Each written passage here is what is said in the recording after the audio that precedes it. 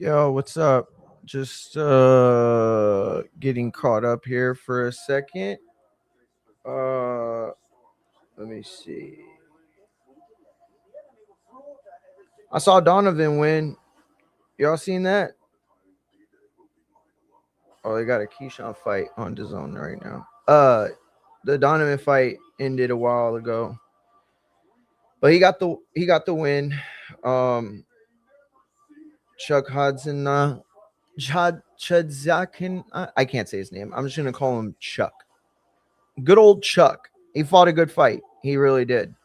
But we are covering fightsatw.com, or we're covering SmackDown for fightsatw.com rather. And y'all know what it is. Every Friday, every Monday, we're here and we're.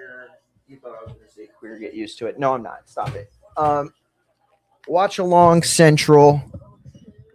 So yeah, we got Ring of Honor's card. Actually, we also have GCW's Guilty Conscience. Is that how you say the word? Also, why am I having so much trouble saying that word? Oh, I cannot wait to see this movie. This is the Steven Spielberg. It's called fuck. What's it called? Let me see. Hold on. It's called something like release date or acknowledge date or something like that. Disclosure Day. That's what it's called. So if you're like old enough to remember, Steven Spielberg did like the original Aliens movie. I don't mean like the original Alien movie with Sigourney Weaver. I mean like the quintessential like UFO movie. Fuck, what was it called? I forget. I forget what it was called. But it was called something. And basically like it launched the whole like UFO brand to a mainstream, right? Because like before that, like UFO movies were like just like science fiction kind of like porn. Like no one took them serious. Like it was like time travel movies were in like the 70s or 80s and shit, right? Uh and so anyway, this one looks good though.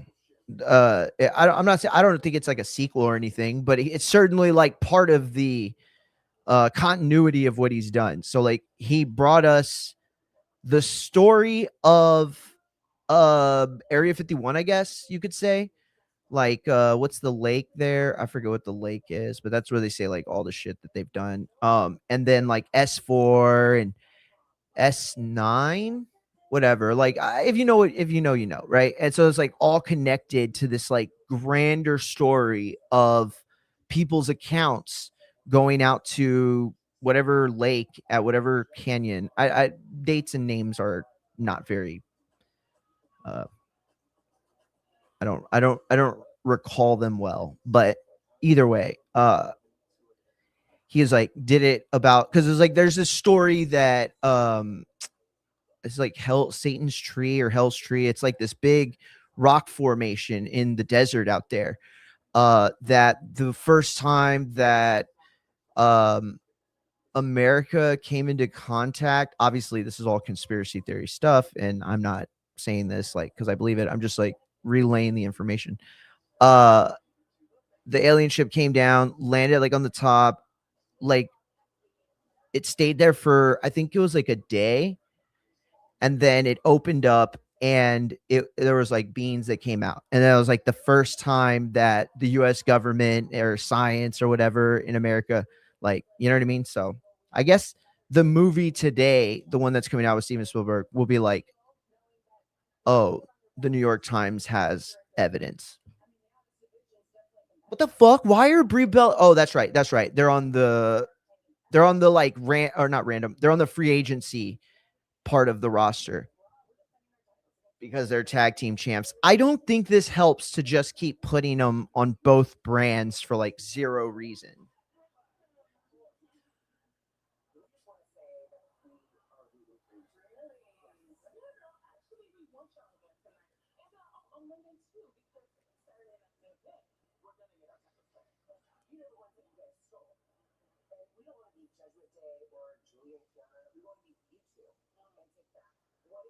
Ooh, Lash and Naya saying we want to beat that ass. Not they ass, that ass.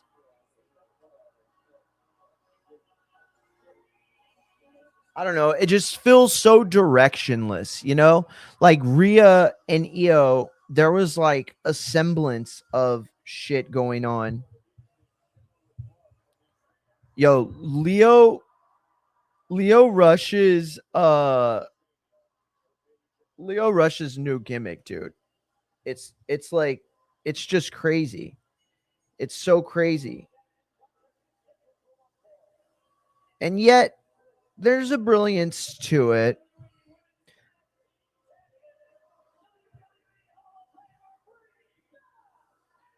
Oh god, he's like so creepy looking. The eyes is what does it.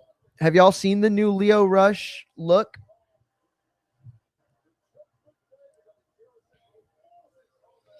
Irresistible forces. Do do do.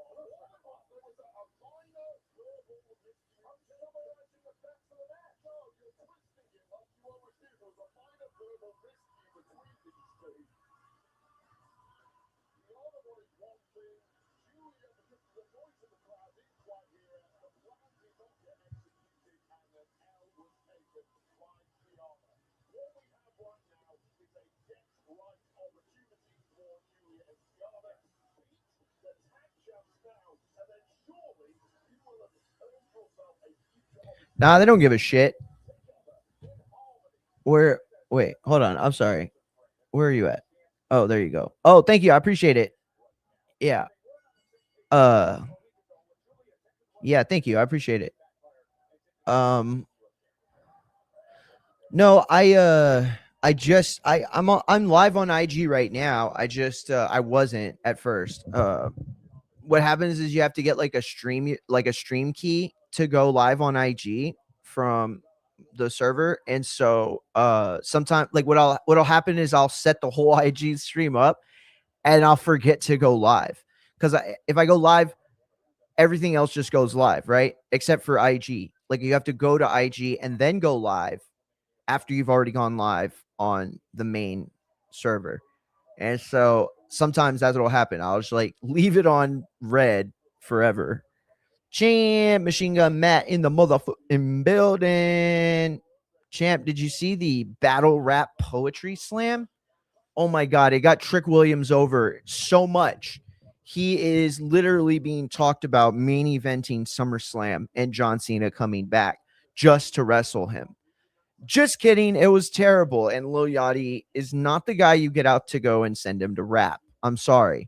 Like I'm not gonna do the thing that I always do where I'm like, I'm a rap aficionado.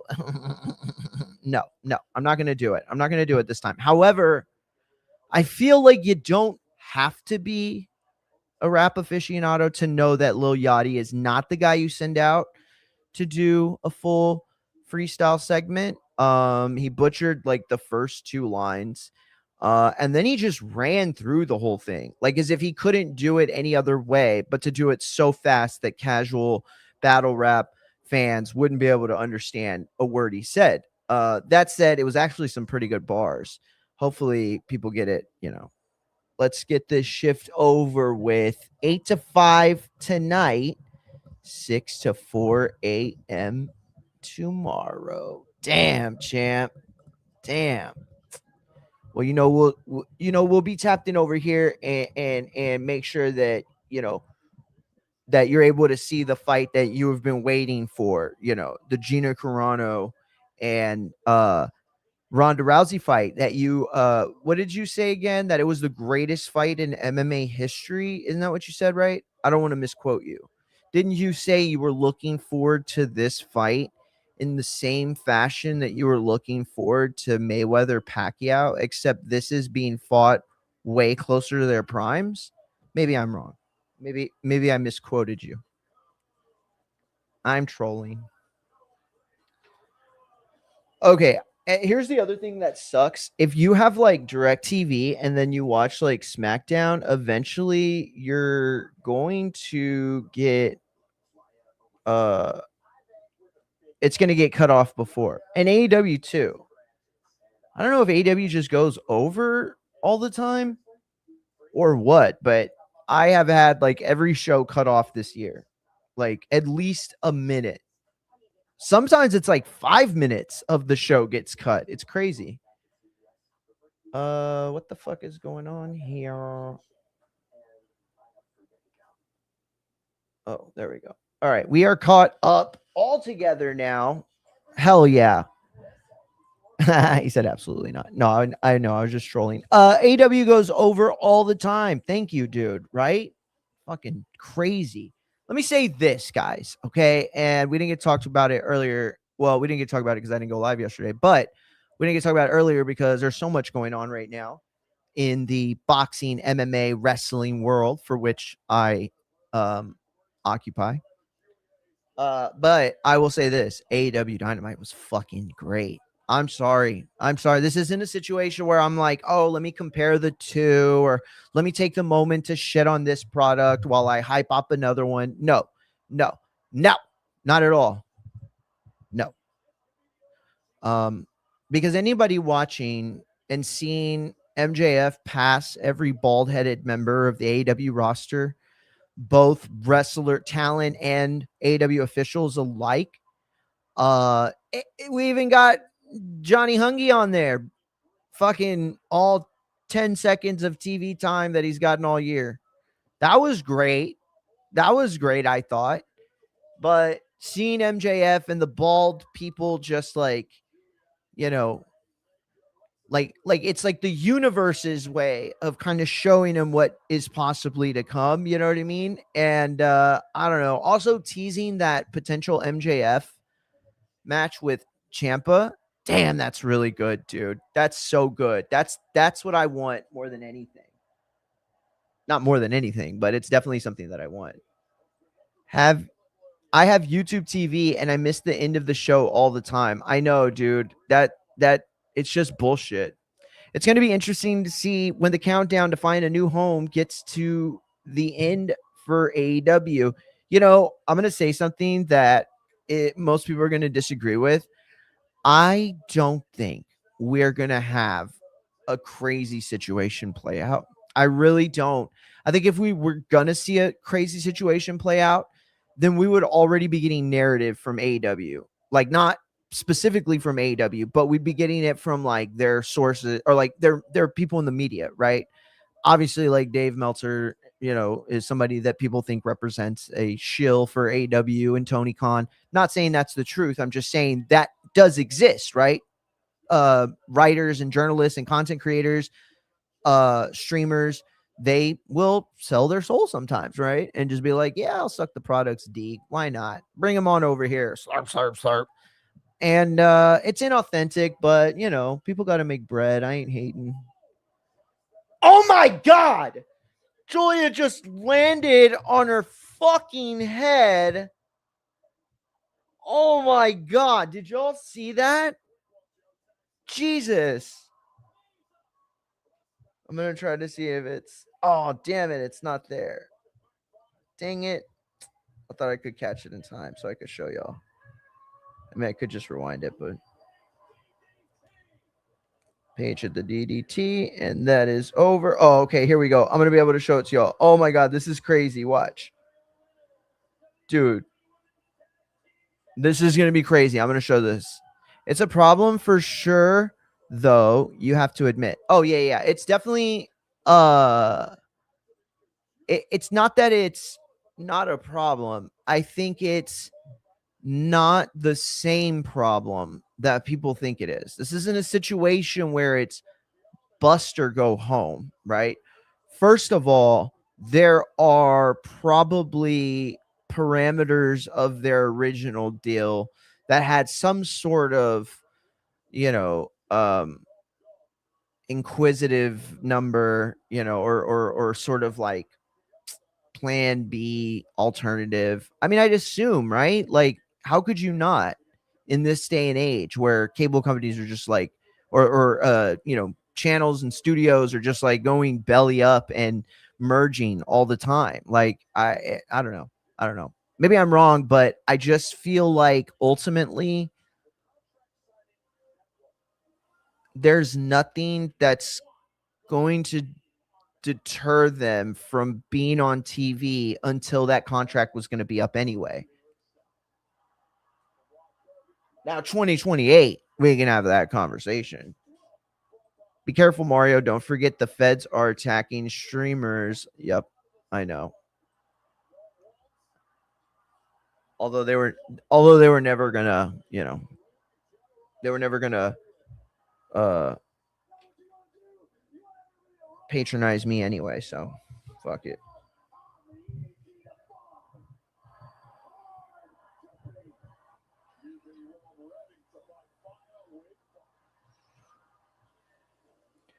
Fighting fire with fire. All right, dude, you got to watch this. Okay. All right, look. It's going to take a while for it to save. Hopefully I can do it. But look. Okay. Oops, that's not what I wanted. Okay, look, watch.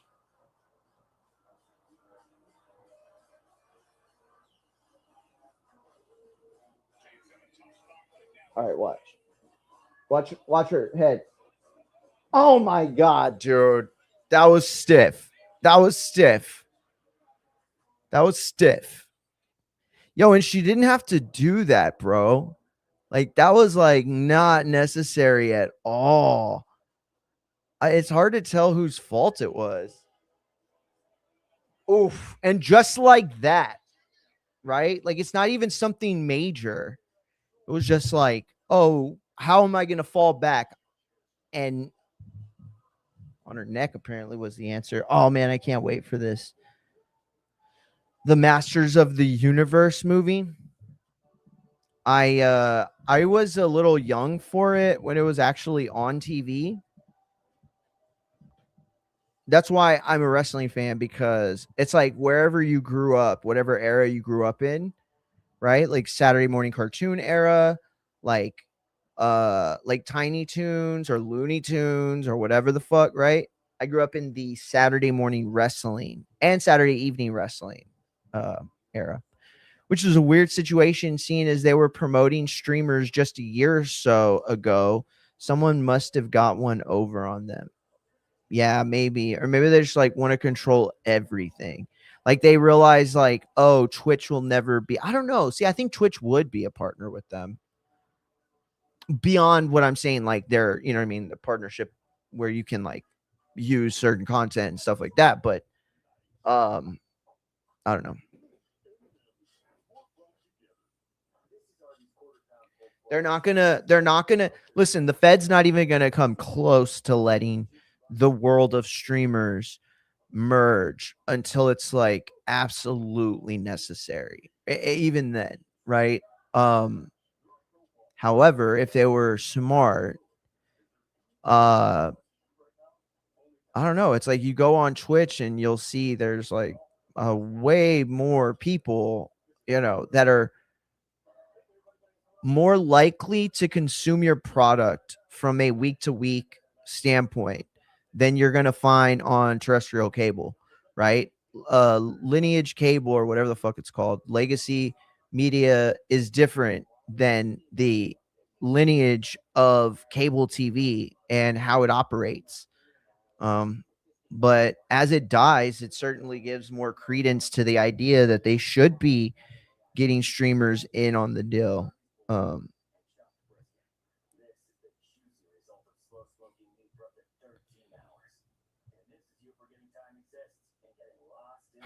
Miles said that Lil Yachty fucked up more than 2 times. I didn't catch it. I saw that he fucked up the verse as soon as it started. But I'm not going to be that hard on it. Like, that's not Lil Yachty's fault that the WWE made him do something that he's not, traditionally good at. I don't know.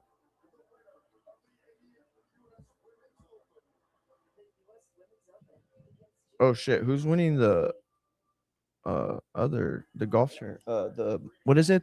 Whatever's going on. I forget what it's called. No, it ain't. Oh, that's when Brock Lesnar's coming out. They already told us.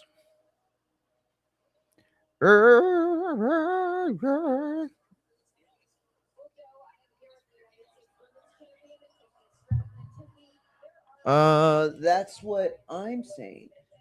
That's what I'm saying. They must have not got as big of a piece or their monetization as they thought they could. Agreed. And I think they thought, oh, Twitch, TikTok, like these little streamers, like back then, right?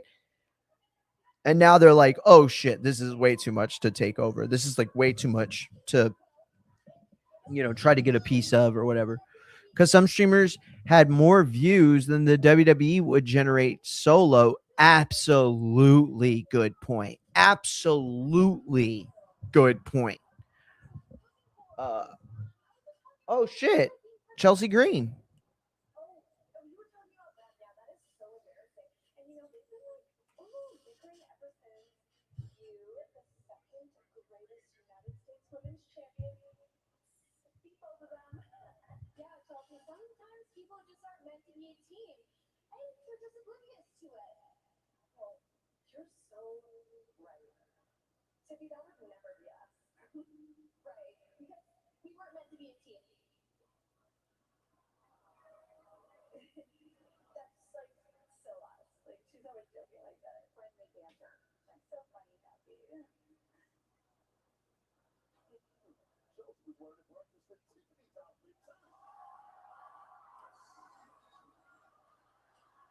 Wrestling has more than one royal family.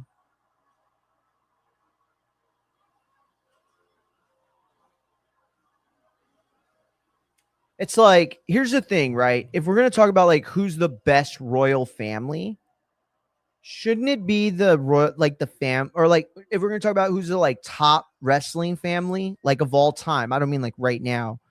If we're going to talk about like who's the top of all time, shouldn't it be a question of like who could beat whose ass?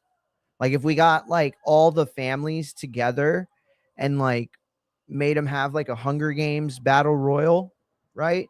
Who would come out on top? And I think like there's no question it's the Hearts. Am I missing something? Like I know you'd want to go Samoans right away, right? But it's like you forget that there's only like really like 3 like actual badasses. Like, you know what I mean? Like it's like Jacob Fatu. Okay, he's a badass. Right? Haku. Okay, badass. The Wild Samoans. Okay, probably at least one of them a badass. I don't think Jay and Jimmy are doing much, dude. I'm not saying I could beat their ass or anything crazy like that. I'm just saying I don't know. You know what I mean? It's like I don't know. It's like your like great grandparents were like massive cartel leaders. And then like you grew up like your parents grew up rich like in the States and had like a separate life. And it's like you're trying to like claim fame over that. I don't know. All I know is that the Rhodes family is tough to even debate or to suggest. I mean, it's like you got 3 guys basically. I mean, 4. You can count the uncle or cousin, whatever he was. I don't know. I'm not worried about Dusty. Like, I don't know. Dustin, I think, would be the toughest of them all.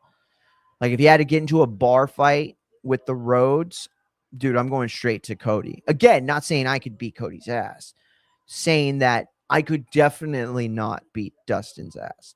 And I'm going to say it's a pretty good bet that Dusty's getting more than that bionic elbow on me. You know what I mean? Wait, that sounded weird. Let's not say it that way. That sounded weird. Don't, don't, don't remember that.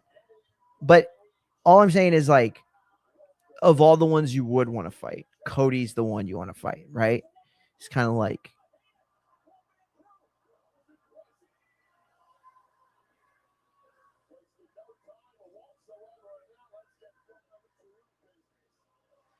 although I will say this, like, anyone crazy enough to get that tattoo on their neck, probably not someone to fuck with. Although I could also make the argument that anyone in the 90s willing to play and portray the Goldust character, also not someone you want to probably fuck with, right? I mean, that guy's got to be nuts. And also, like, very sure he could beat your ass. Like, he's not worried about anybody stepping to him at the airport, being like, oh, you're Goldust, you like men and you kiss them. It's like, I don't know.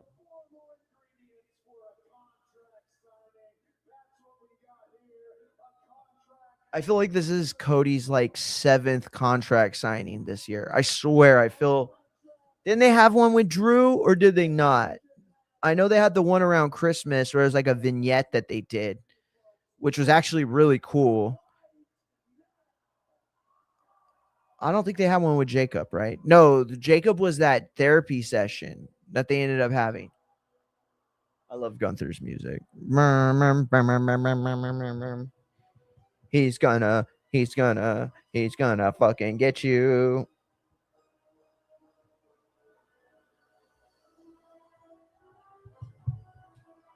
Gunther's gonna shit his pants, and then he's gonna wrestle you with a pants full of shit.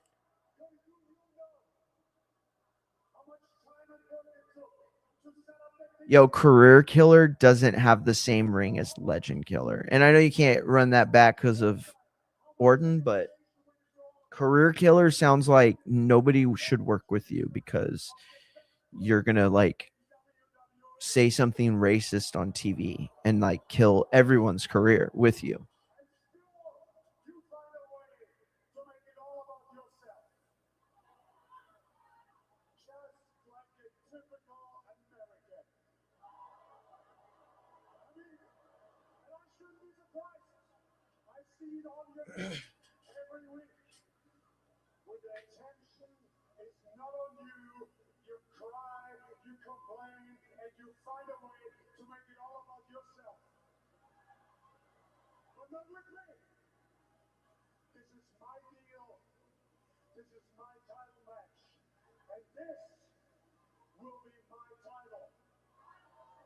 What are the odds right now that Gunther wins?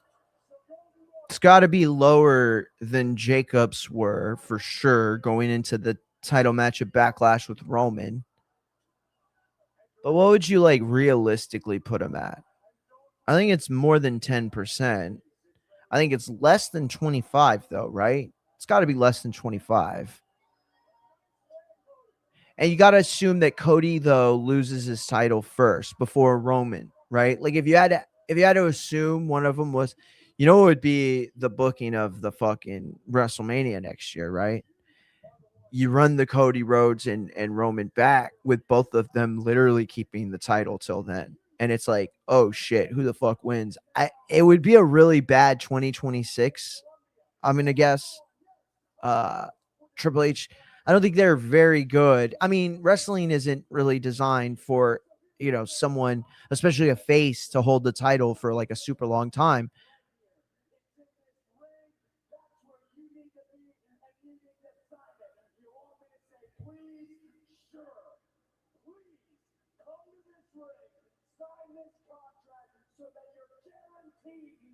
Bro, at this point, the amount of ops that Cody has to deal with, I mean, it's like ridiculous at this point, right? Jacob Fatu, Roman Reigns, Gunther. Did I say Drew? No. Yeah, I did.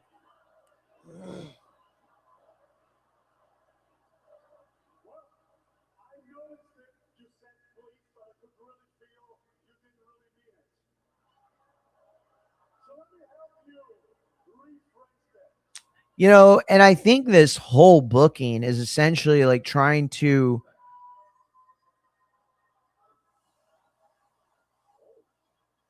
the fuck Royce Keys, yo. Nobody thought this guy was coming out.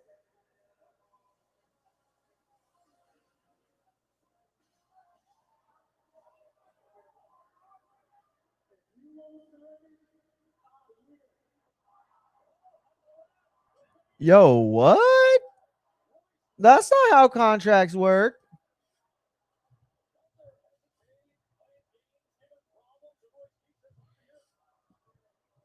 Yeah, so he's like, oh, if he ain't gonna sign, he's gonna play games. Royce Keys like, okay, I'll sign it. But again, that's not how contracts work. And now Gunther's running in to grab the pin and he's gonna wrestle the pin from Gunther. Now Royce Keys is wrestling it back and they're fighting over the pin. It'd be great if Nick Aldis could just come out now and be like, guys, there's only one name on the contract. Essentially, it would just be ruined pieces of paper if anybody but Gunther. Here he is. Tell him.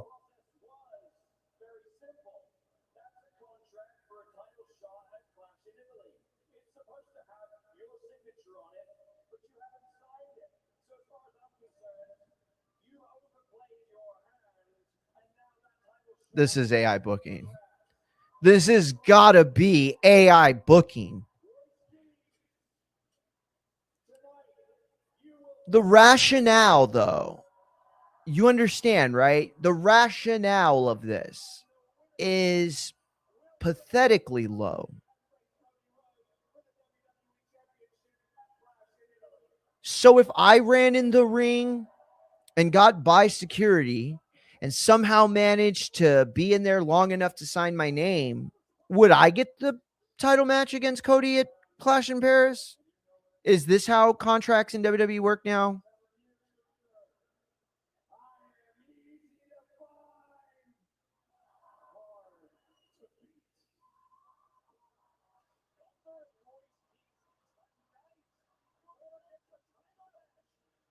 See, I like the booking, right? Gunther and Royce Keys. Why was there ever a moment where Gunther earned himself a world title match, especially coming over from Raw to SmackDown, right? And like to try to use like a different analogy, it'd be like as if like a fighter who's a lightweight is the champion and then moves up, you know, and expects to automatically fight for the title. Now, obviously, there are some sanctioning bodies that allowed just that, but hey, Solo, where are the rest of your friends? Hey, Solo, wasn't your family a lot bigger? I feel like a few weeks ago. What's the deal with that? Hey, weren't there other people that used to paint their face?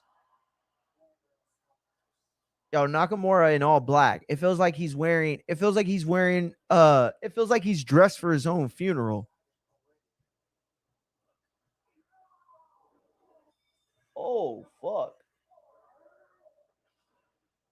Yo, Tala put them meaty paws on Nakamura right now, bro.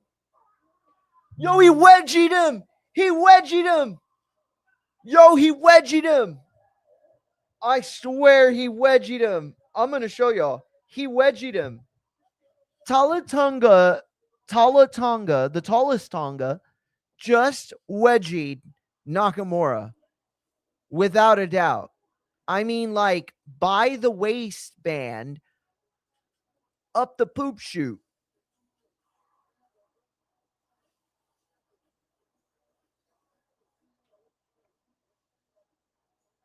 I would have paid JC Mateo like an extra 50 grand to like just let like Talatonga or Tamatonga just beat the shit out of them before they left. You know what I mean? Like I would have just, because it's like you got nothing from them. Like the best thing you could say about what WWE got out of JC Mateo is that they didn't risk the very low percentage chances that he was going to get over anywhere else. You know what I mean? It'd be direct competition. Like it's ridiculous, right? It's ridiculous. So if you're not gonna get anything out of him, like in that sense, if you're not going to use him for anything that advanced the storyline, because they didn't, he was just another guy, right? Like it didn't matter who he specifically was. He was just another body that the WWE was attempting to use in order to authenticate the bloodline. Oh, thank you. Oh shit, you got a Schlotzky's? Oh, sorry, I have my headphones in. That's why. Sorry. Yeah, of course. They're in there. Yeah, the Propel, right? Mm-hmm. Do I need to put more in there? Uh, thank you so much. My Zin is in your hand. Thank you so much, baby. I love you so much. Hold up, guys. I'm gonna get a table. Yeah.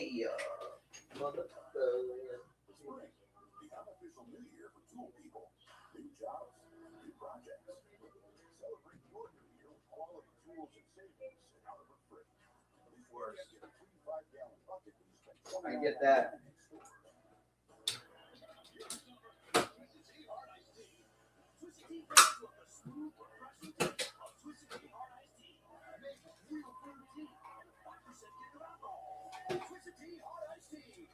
Yo, this is why I'll tell y'all should always like getting married is it's terrific. Okay, she's gone, guys. She hits me. No, I'm just kidding.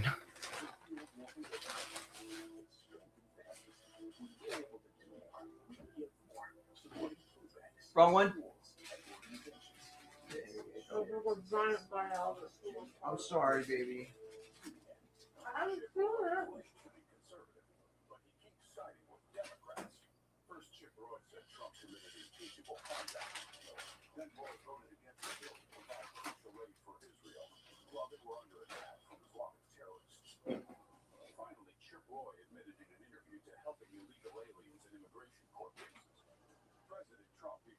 Dude, the Republicans are nasty. With the Chip Roy shit, you seen those commercials? They're like anything that they think that like you hate about the Dems. They're like, and Chip Roy used illegal aliens to build his home. And Chip Roy has a monument to Obama in his house. Chip Roy thinks Joe Biden doesn't have any cognitive issues. It's like, dude, what the fuck are you talking about? How do you know any of this stuff about him?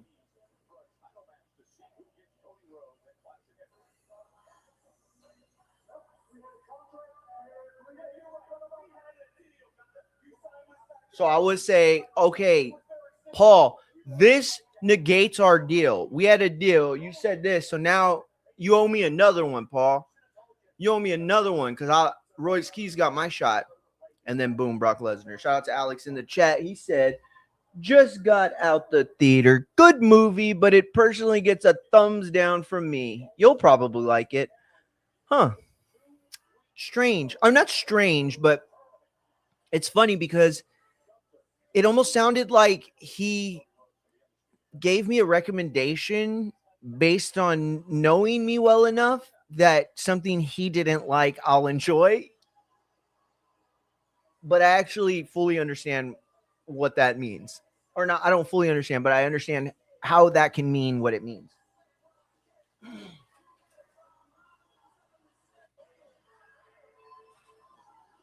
No, he went to see Obsession. Alex went to see Obsession.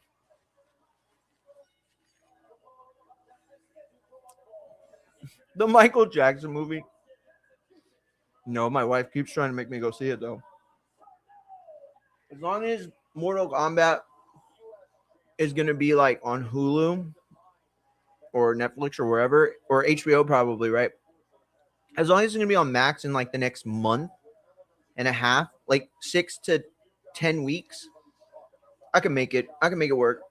But anything longer than that, I'm going to have to see it at the theater. Yo, I don't know how old y'all are right now, but my demographic skews closer to like late 20s, early 30s. So this might not, I don't know if I'm going to lose people here, but like when I was growing up, there were dollar theaters, right? Like literally movies that you could go to, theaters that cost $1 for the ticket. And it was because they would always have like old movies that were like already basically out on VHS, like in the theater. So you'd be able to like see every movie for like $1, right? Each time. And then they'd even have like double features where you'd pay $1. Like I remember when I saw Batman Forever, the one where the Penguin is like a super gross masochist. I saw it and it was a double feature with Honey, I Shrunk the Kids. I didn't want to stay because it sucked. But I mean, it didn't suck, but it was like late as shit. I'm like, what the hell? I'm gonna stay and watch Honey, I Shrunk the Kids. I would have stayed if it was part 2. Wait, was it part 2? I don't remember. I liked one of them. If Mortal Kombat does well, it won't cease streaming for a little while.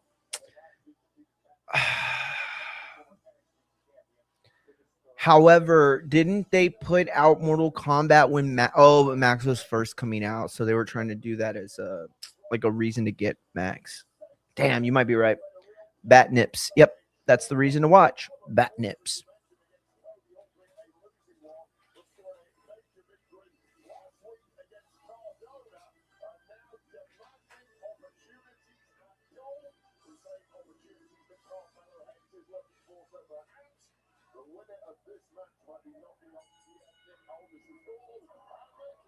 You know, oh yeah, and it was COVID. You're right, Matt. You know, though, I'm gonna tell y'all. A lot of y'all might not understand what I'm about to say because you're only wrestling fans. Totally cool. But as a boxing and MMA fan, let me tell you, and Matt will be able to tell you this too. There's a certain amount of hype you can build simply by announcing a match ahead of its normal, right? So, like for example, when Mayweather De La Hoya fought, which was the mega fight before, like way before Pacquiao Mayweather, way before McGregor Mayweather, De La Hoya Mayweather was the super fight. And in that super fight, that ended up breaking the records at that time. The fight was announced like 8 weeks, maybe even 10 weeks before it's usually announced. That was like one of the longest promotions for any fight, really, but specifically a super fight. That said, though, people would follow the blueprint, and maybe the blueprint came before, right? I wasn't tapped in when I was 10 years old to the inner workings of pay-per-views and how they worked, right? But I can tell you that ultimately I knew there was a difference, I guess. I don't know. I just think that when you announce a fight, right, it makes casual fans think that's a reason to pay attention. I remember when Uriah Faber fought Jens Pulver, okay? And I've talked about this before. That was one of the biggest MMA promotions ever at the time, outside of the UFC, of course, but even in general, right? You had two guys fighting for promotion that most people didn't know. In a weight class, most people didn't know as far as MMA was concerned. You know, the UFC didn't have the featherweight division. It didn't have the bantamweight division. There was never any such thing as the flyweight division. They didn't have women's MMA, right? And so like all these things kind of like introduced it. But the point I'm trying to make is that they announced this fight between Melo and Ricky Saints, and people felt, and it was just like within today, right? And people felt like online you could see people were like hyped for it, you know, and it was like people felt like, oh, that's big. Like that's what WWE should be doing now, right? They should be posting ahead of time, like they should be booking match in advance. So it's like the way that Roman's gonna be at Raw, in on May 17th and 24th and June 6th and whatever, how they announced it and they had them on these dates. The way they have that, they should like book badass matches that, they'll book to a definitive winner, right? And things like this where it's like maybe there's no story yet.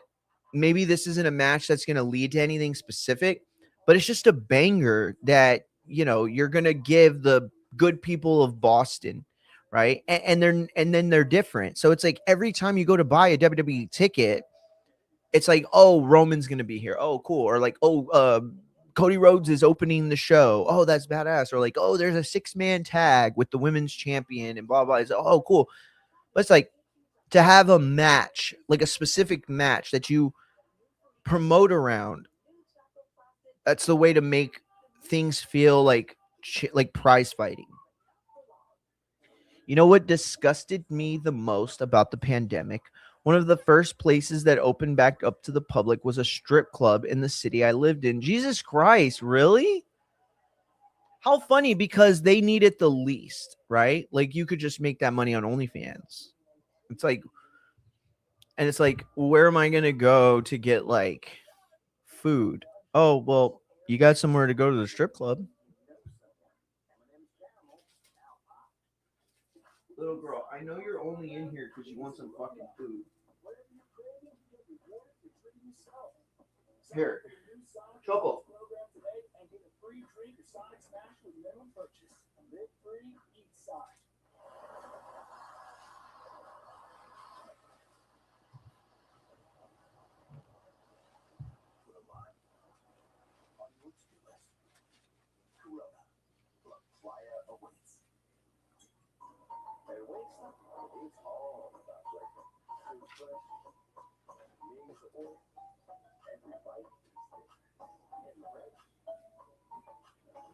Yeah, I seen that. The rumors, LA Knight. Or that's the one I saw. Are you talking about somebody else? Is that LA Knight?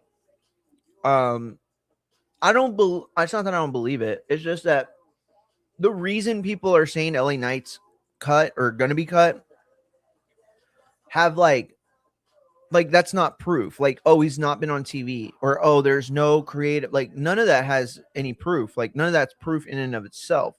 Especially when you consider that they've already done that to him. It's like his shtick now. You know what I mean? Like Triple H, I think feels like that's his selling point at this point. Like, when will we give him that opportunity?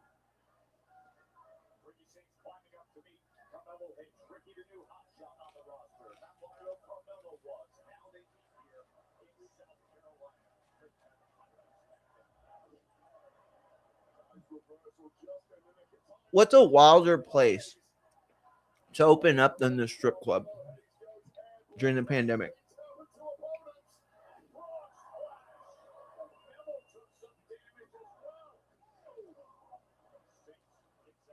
What about a carnival with like a kissing booth? That would be crazy. But I think a strip club is like the worst of the worst. He said the Mellow Project is over. I don't think so. I mean, yeah, maybe. Mm, I say I don't think so because it's like, to me, it's what you don't want to be. You don't want to end up being like Takanawa and Otis or the Escobars. I mean, Los Garzas. You don't want to be like them because it's like there's no like, oh, push or no push, or there's no push like winning or losing. Like, it's literally, we're not using you. So like, as long as Melo's still on TV, the project of him being like a main, like, top roster guy, that might be over. But his value to the company, I don't think is down any, really, honestly. Because it's like they would have taken him off TV by now, I think.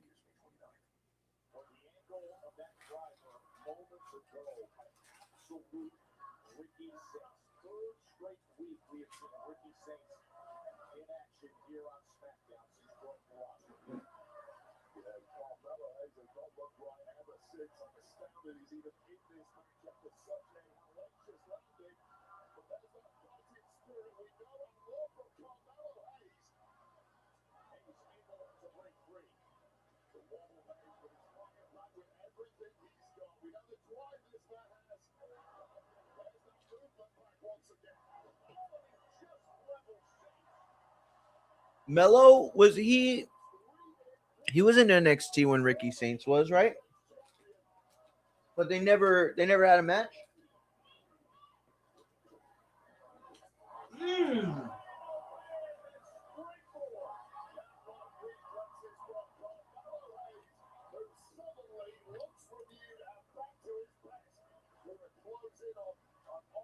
That springboard, no, appreciate it, Matt.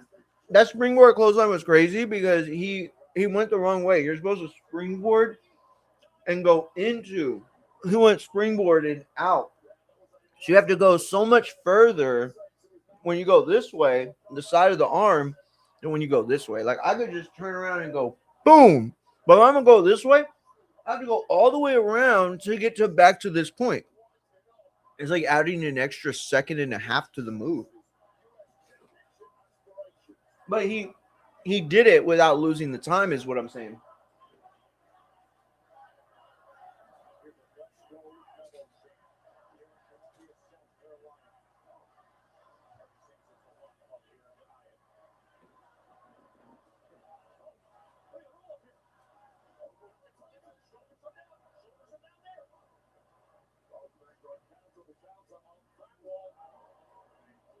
I don't know if that was part of the match, like booked or not. Oh,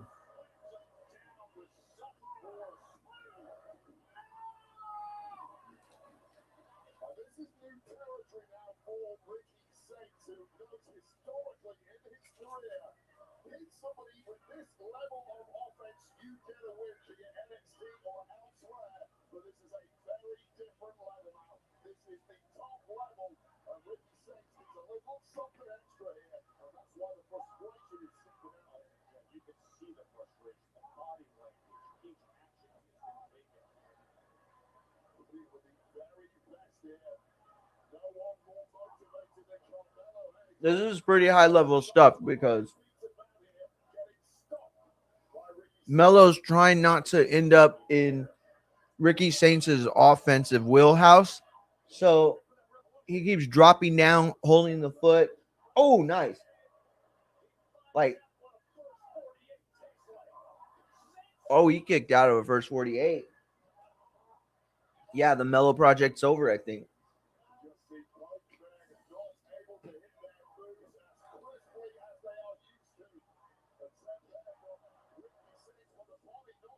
Ricky Saints tried to hit the tornado DDT that he does off the rope, and then Melo hits his shot, and then he kicked out though. But the point is that when they stop protecting your moves, yeah, the project's over after that.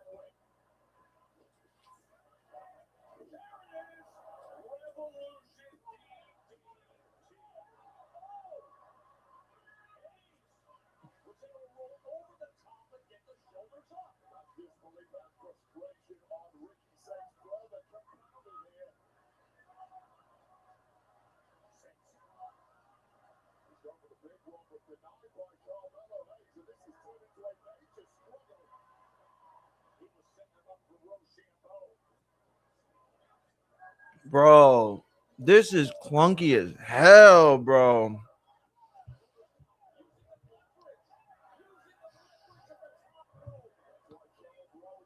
Yo, this is clunky as all hell. And this is what they said was going to be the problem, guys. We're watching what they said would be the problem. When you get rid of, I guess he won. I guess Mello won. When you get rid of house shows, when you get rid of opportunities for people to work in front of the bright lights and in front of people, right? You can't just rely on the performance center as a place for you to do the things that you normally do to help get over people, right? When I think it was WrestleMania 11. Whenever Undertaker fought IRS at WrestleMania, whenever that was, when I was a kid, this is, I want to say January. It was like January, right? It was before the Royal Rumble for sure. And they came to they came to Corpus. WWF came to Corpus. Undertaker and IRS work together. And I remember seeing it, and it was like starting to be a storyline, just starting. They hadn't had a match, they hadn't been booked for a match, it hadn't gotten to that level yet. If you remember, like a lot of Undertaker's matches back then, they all had like these not elaborate storylines, but it's like Mankind, Yokozuna. Like he never just had a match. There was always a like bigger narrative and feud, right? And Undertaker and IRS wrestled in front of our crowd before they wrestled at WrestleMania. I remember thinking, holy shit, we got a WrestleMania match. But the thing was, is that was meant for them to learn each other. It was meant for the chemistry to build, right? They weren't meant to show up to WrestleMania and have this clunky match where they barely were familiar with each other. And that's what we just saw right now with Mello and Ricky Saints, two people that are clearly not, have not worked with each other much. Matt says they didn't work at any point together in NXT. And all I know is that they could have benefited from a couple of weeks or even a couple of matches, right? I don't know, dude. I don't know. I think that killing the live crowd, killing the or having a lack of like non-TV product is only going to hurt the TV product. But we'll see. Hey, have you not given a shit about a match before? Well, let me tell you this. You're not going to give a shit about the next match we have coming up.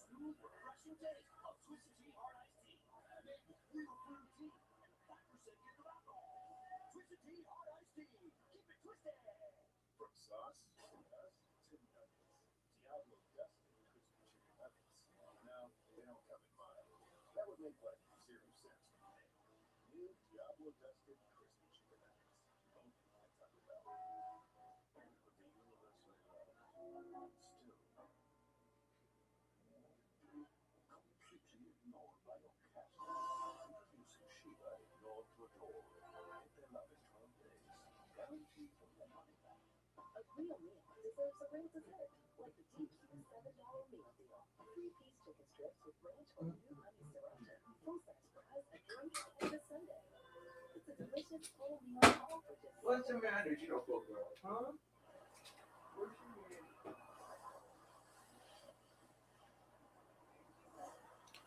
Bro, I'll be honest. I'm like, this is like SmackDown's been like the worst, right? Like Raw's actually been pretty good the last few weeks. I wouldn't say there's any like reason for casuals to watch, right? Like if I know at this point, like my niece, she's at that stage, at that age in her life where she's like becoming less interested in wrestling. And she only like keeps up with like the stuff she actually wants to keep up with, which is like top stuff, right? Like Roman, and then for some reason the Bellas. But I wouldn't even tell her to like watch Saturday Night main events. Like I wouldn't tell her because I know she wouldn't be interested in any of the stuff that's going on. So even though Raw's been good, it hasn't been like WrestleMania good, right? Obviously, when is it ever after WrestleMania? But that said, though, SmackDown's been extra shit, like bad, like really, really bad. Um, and so even though Raw's done well, I don't see it as a situation where the product is doing well at all. Um,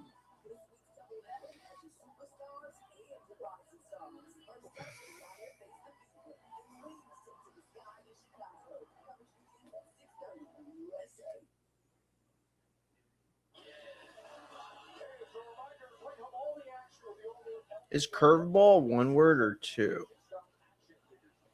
One.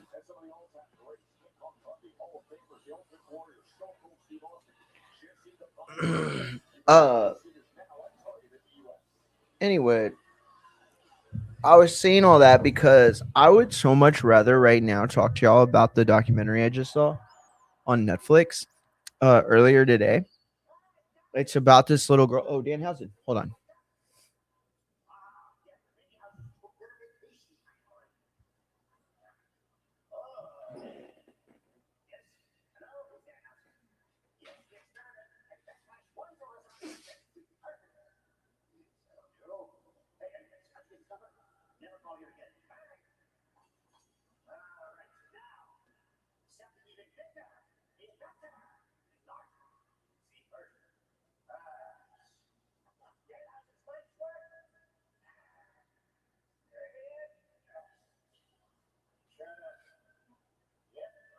Uh-oh.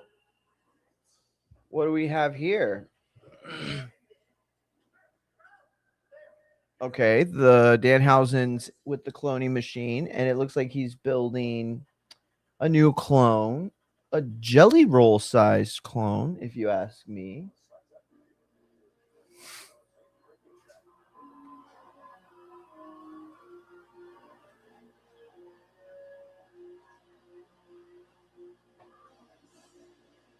Damian Priest.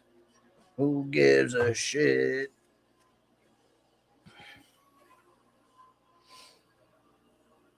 I like that Danhausen's set, like his backstage set, is so it's like unique to him, right? Like I hate that so much of what we consider today like backstage clubhouses, it's just the fucking back area with like a couple of decorum things. You know what I mean? Like the Judgment Day's locker room, the Bloodlines locker room. Like, yeah, they're just like locker rooms. They're not specific to this person.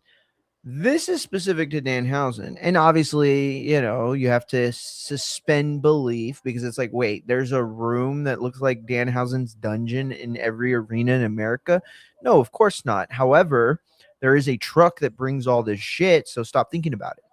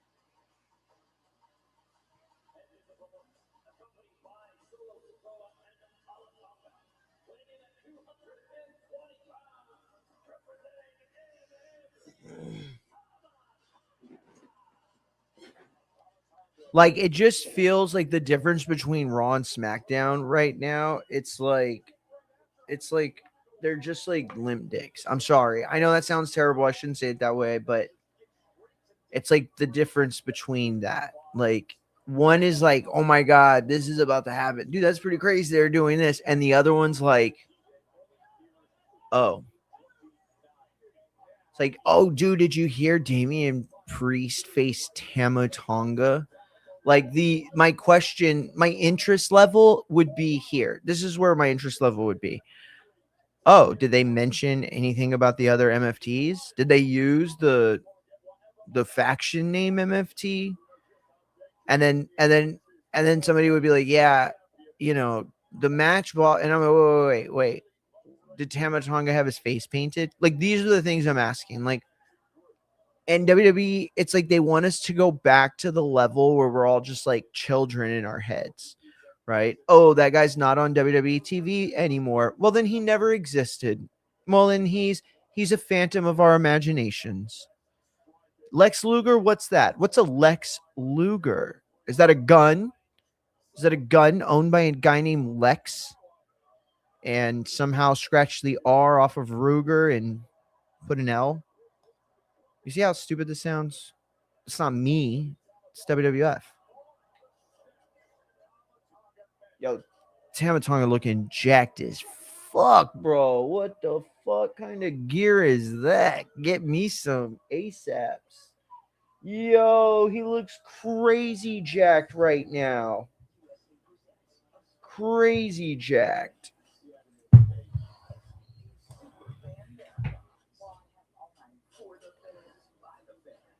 I'll tell you what. If they don't push Tama Tonga looking like that, bro, they ain't never gonna push Tama Tonga.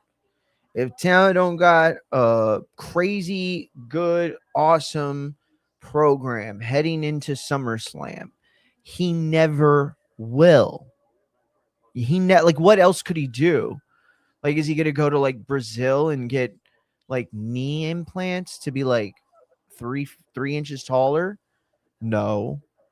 Like, what could he possibly do other than taking an unsafe amount of gear, and like really getting crazy with it? What else could he do? Oh, that's what I was gonna show y'all earlier. Fuck, I forgot. Dude, have y'all seen Regis Prograis like supposedly going all in with bodybuilding?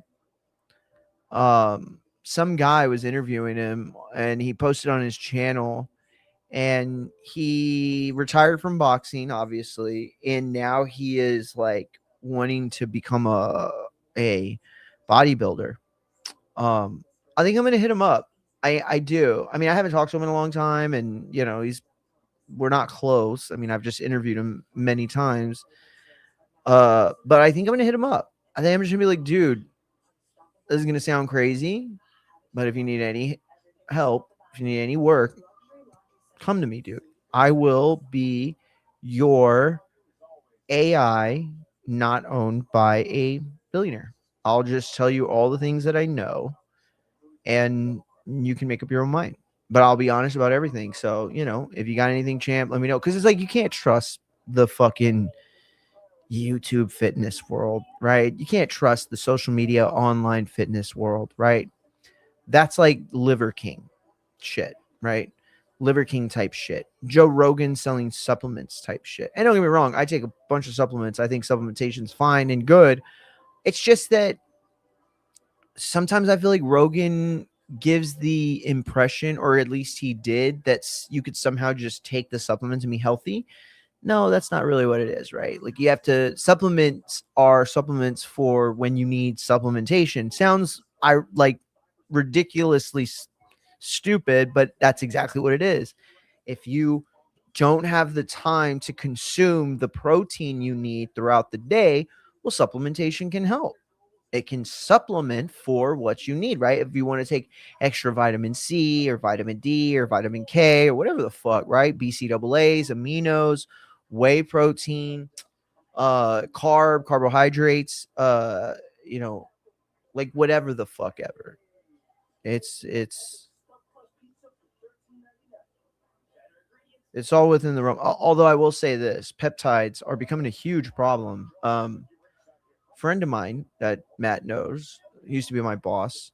apparently taking them now. And it's like the kids from the looks maxing world are like influencing like grown men and adults.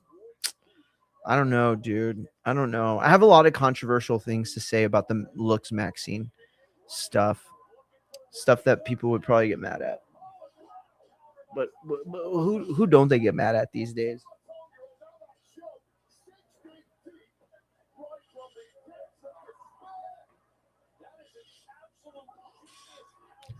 If I was Tama Tonga, I'd go into business for myself and use the Tongan death grip. I'd be like, "Oh, this is how you fucking do it, Jacob. You big stupid bitch. Why don't you get some more fucking dentist appointments, you stupid idiot?" That's not me talking. That's Tama Tonga talking.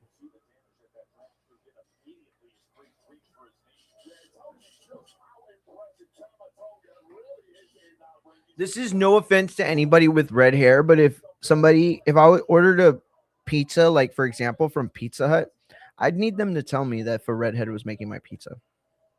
I don't know. You could take that however you want to take that. I'm just saying. I'm not saying I wouldn't eat the pizza. I'm not saying I would be like, nah, don't tell him, don't touch it. I don't eat no redheaded handed pizza. Nah, I'm not saying that. I'm just saying I need to know that, champ. Oh, that was nasty work. The way that he flipped from the razor's edge. I didn't see it on this one. Yo, that was nasty work. The way he flipped like that, bro. That was crazy. He had him in the razor's edge, right? So Tama Tonga, pretend Priest is facing this way. Tama Tonga flips over and catches like an RNC. Oh, it was just like basically a headlock choke. But you know, he was like this close to just fucking slapping that bitch on and just squeezing. You see how that hole? Look at this. This is their neck. This is their neck. You get boom, boom, right on their neck, and then make that hole smaller until their fucking caps and their teeth pop out.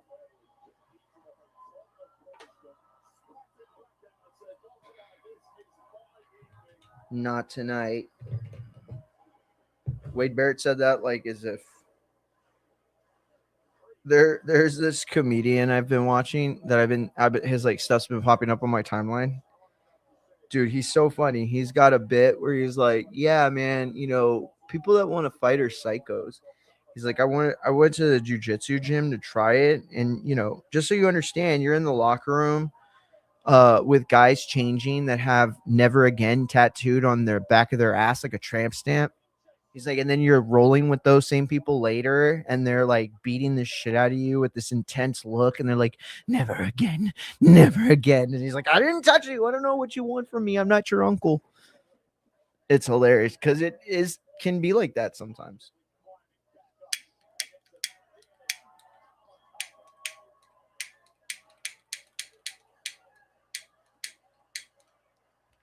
Done.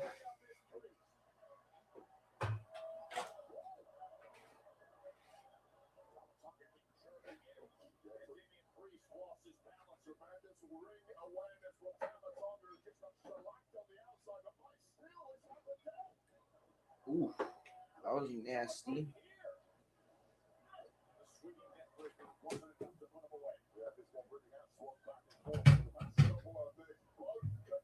Damn, he said they swung back and forth. Oh, Mackenzie, look who's back. Checking in on me. I think what she's been doing is watching my lives and then telling my parents on me if I say something fucked up.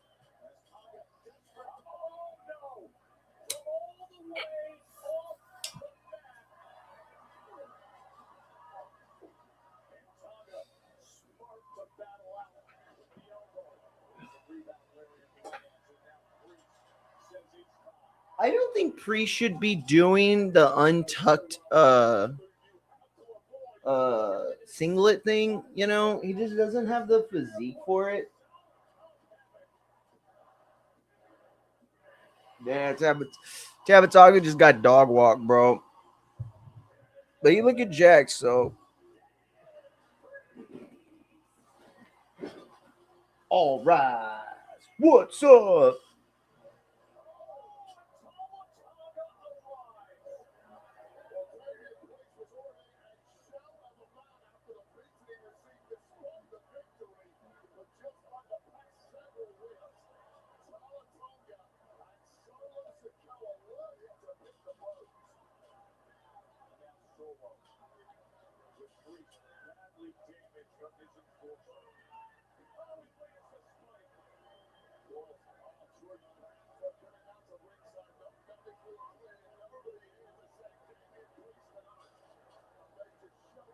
Shit.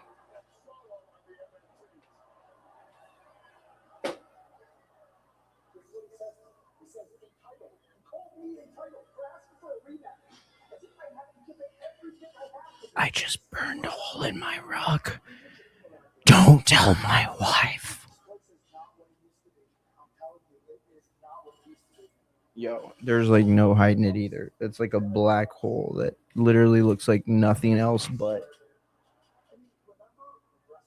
What is this?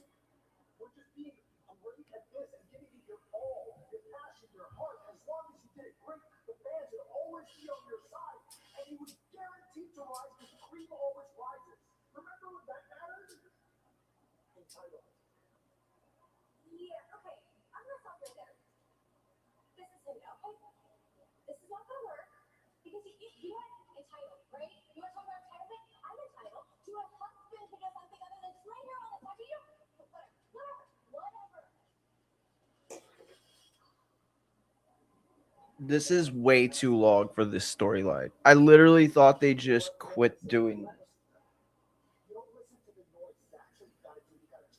I love what's going on with Sammy, but I don't think there's any direction, right? Like, supposedly the rumor is they wanted him to do like a full-on heel turn at WrestleMania. The problem was he was basically already getting responses as a heel, and he's like pleaded at times to be cheered, right? Like with people like, I know there's some of my diehard California fans, and it's like, nope, they're not here, Sammy. I don't know where they are, but they're not here.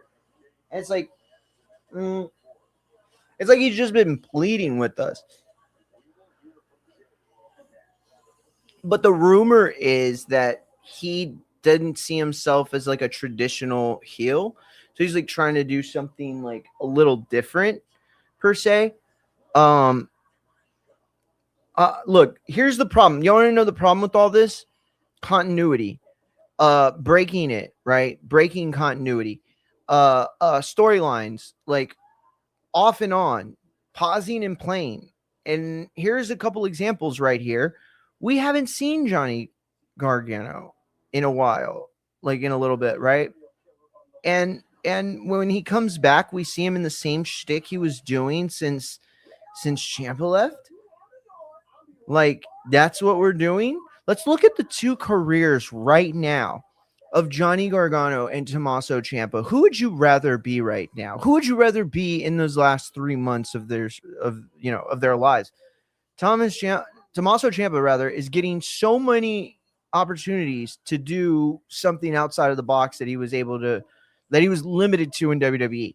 And Johnny Gargano has literally not had one piece of dialogue since Ciampa left. And so much so that they stopped putting him on TV, but then now they're putting him back on TV in the same sort of role in a situation where he's forced to listen to Sami Zayn continue to give a narrative that he's been pushing since before WrestleMania. Meaning that Backlash wasn't a situation where they were filling in the holes for the story they told. It wasn't finishing up a story they told or adding to a story they were telling. No, it was literally nothing. It was like, hey, we want to get Trick over, but we don't want to fully not get Sammy over. I don't get it. All I know is that when you pause things like that and then you don't do them and then you come back to them, like nobody gives a shit, right? Like imagine that like the Chiefs and the Seahawks both won and went to the Super Bowl, right? And so like normally when two teams win the right to go to the Super Bowl, they play 2 weeks later, right? So they win on that Sunday, and then the next Sunday they skip. They don't play that Sunday. They give, a full week off. And then they go into like practice and media week type ish. And so then when you have that happen, like it all culminates to the game, right? Storylines and all that. What if I told you that the Chiefs and the Seahawks, like they do everything the same?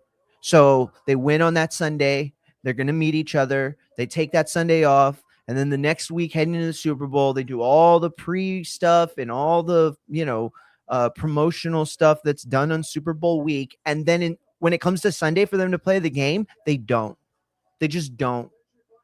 And then the next season comes and they play the whole game, and then they get to like the next year's Super Bowl, and then the week that they don't play, that Sunday, that's when the Chiefs and the Seahawks decide to play their Super Bowl game.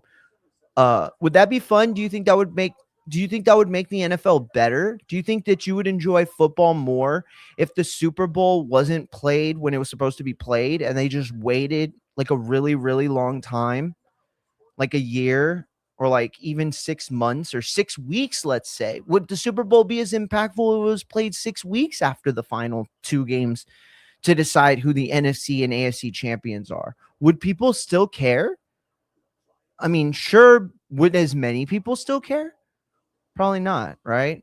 Probably not. Probably there's something to the momentum of storytelling, right? And that exists in sports. Sports is nothing more than storytelling, right? When you go into a Super Bowl week, who's, the rookie that just proposed to his wife and he's getting married. He's got a big house now, and, he's got to make sure he's, all this stuff. And then you have the veteran. Is this his final year?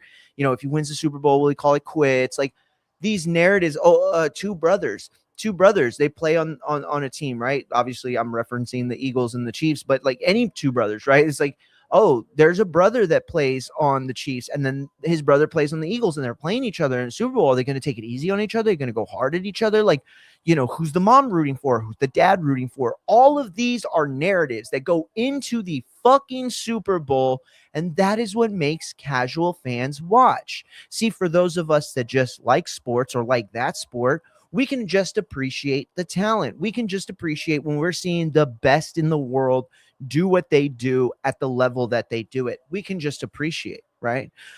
But the problem is that a casual fan needs more. They need somebody to root for. They need an underdog. They need a bad guy. They need a good guy. They need narrative. They need a theme. They need story. They need to have a reason to root for someone or root against someone else, right? The WWE is failing miserably at achieving that kind of momentum. So while they want to be thought of as one of the premier leagues, one of the premier franchises, right? They want to consider themselves the NFL, or they want to do things that the MLB has done or that the NBA has done to great success, right? Financially. That's what they want to get away with. And yet they don't want to operate the product in a manner that corresponds with that. You want to make big boy, big dick money like the NBA and the NFL do? Well, then start coming up with some big dick matches. That was weird. Why did I go that way? I should have just bailed out. It sounded weird the moment I said it, like in my head. Like, oh, damn it. And I could have clipped all this. This could have been a great clip. And now it's ruined because I made 2 weird dick references that had no business being made. Sometimes I hold myself back. Yo, I am pretty sure that Wade Barrett just said Count Blackula, but I'm going to let it go. I'm going to let it go, champs. Anyway, that was my little narrative. God damn it, is every lighter in the house going out? Jesus.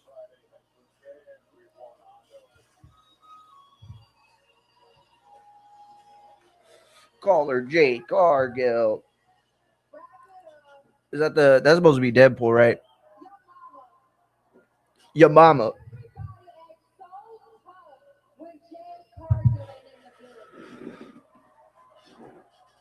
When you put it like that, you're right.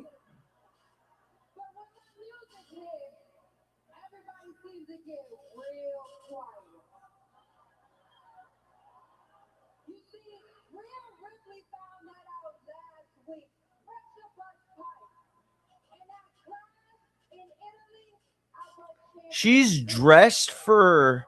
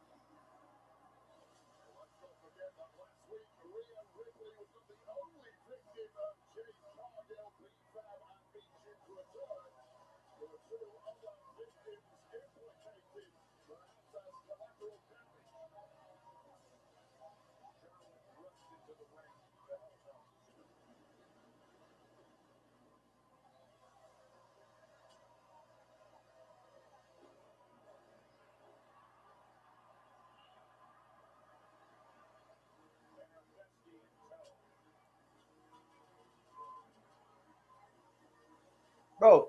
They've been together long enough. I'm sorry. They need to have a single like tag music. They need to have their combined music. Like enough's enough already. You know what I mean? Like put them in a situation where they're like fully tag teams so that when we get to a point where they're breaking up or they break up or whatever and they go back to the singles role, we have their singles music. But this idea that, oh, we're just going to play like one theme song and then the next, usually in an order that'll get us like that kind of pop that grows.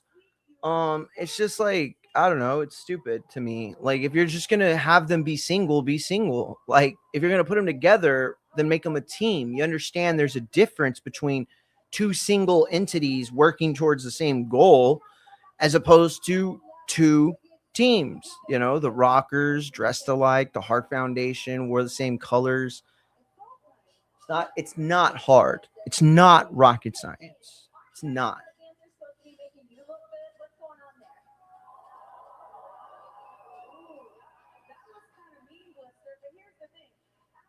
Blister.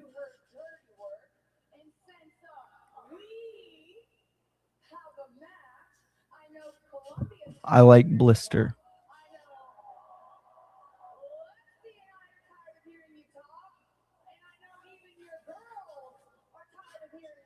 Yo, if Jade wants to go into business for herself, this is where she would be like, "Man, shut up, Charlotte. Your dad's a drunk."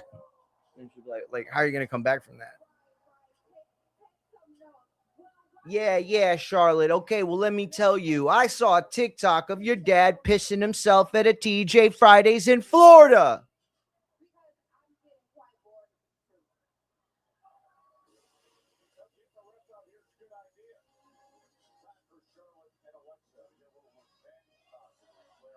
Well, they just played music, Jade's music before the match starts. Why?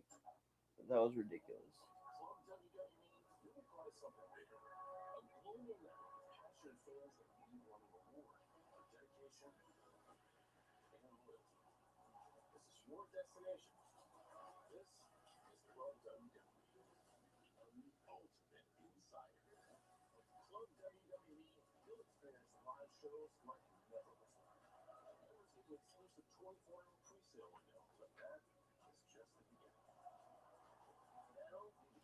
I think the only way I would actually become a WWE club member is if they were like, you get access to the vault,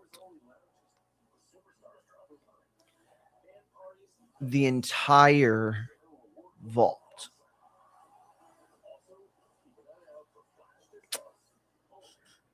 Everything, every event, every moment that,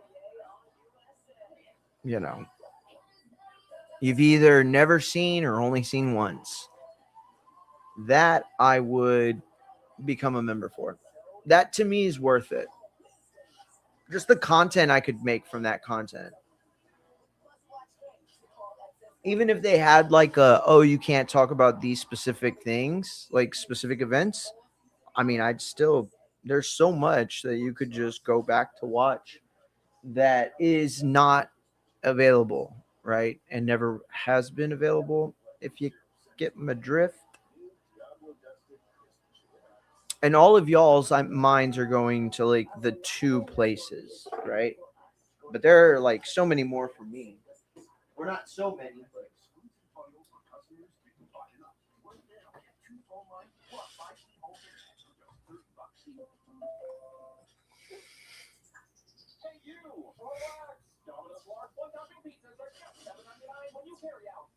all right.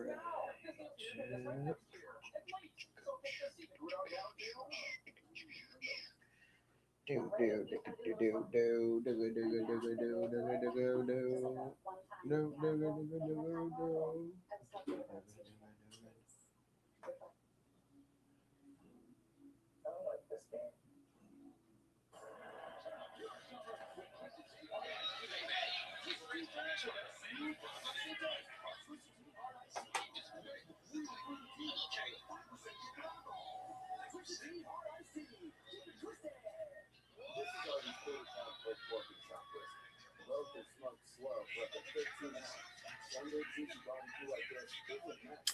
All right, guys. My bad. I realize now I was not really keeping tabs on the Ring of Honor card, but oh, did we miss the Mark Davies match already? How's that possible? Uh,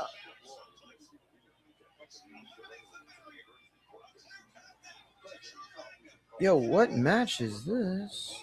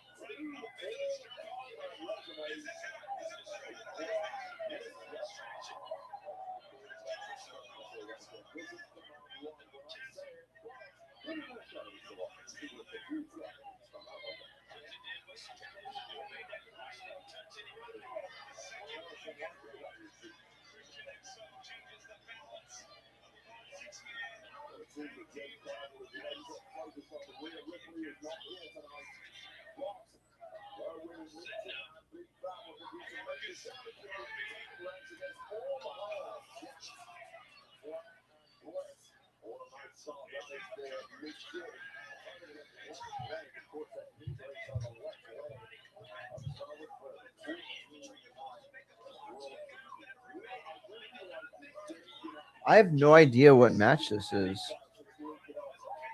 Is this the 6-man tag? I mean, the title match?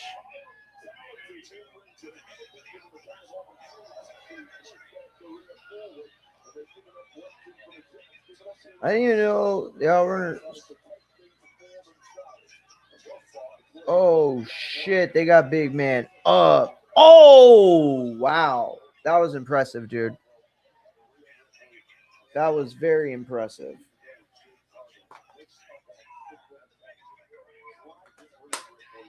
I'll be honest, there's some people in Ring of Honor that I'm like, why the fuck aren't they in AEW? And then there are people in AEW that I'm like, why the fuck aren't they in Ring of Honor? I don't know.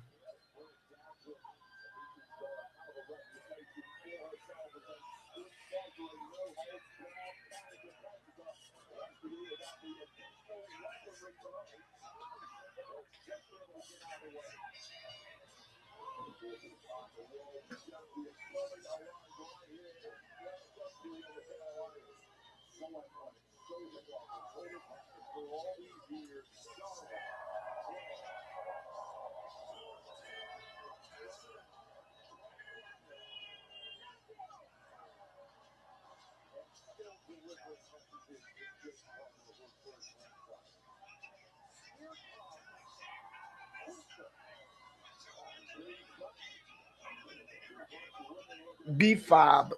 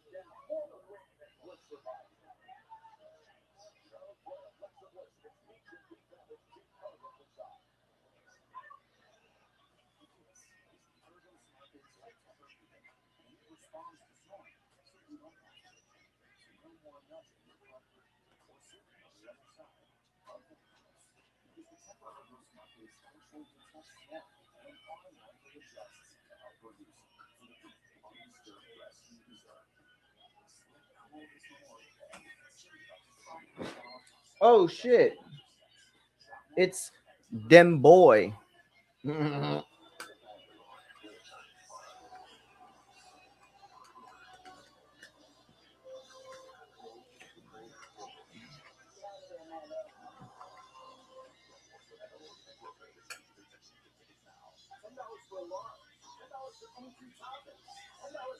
The hell? Does Orange Cassidy just randomly show up at Ring of Honor cards?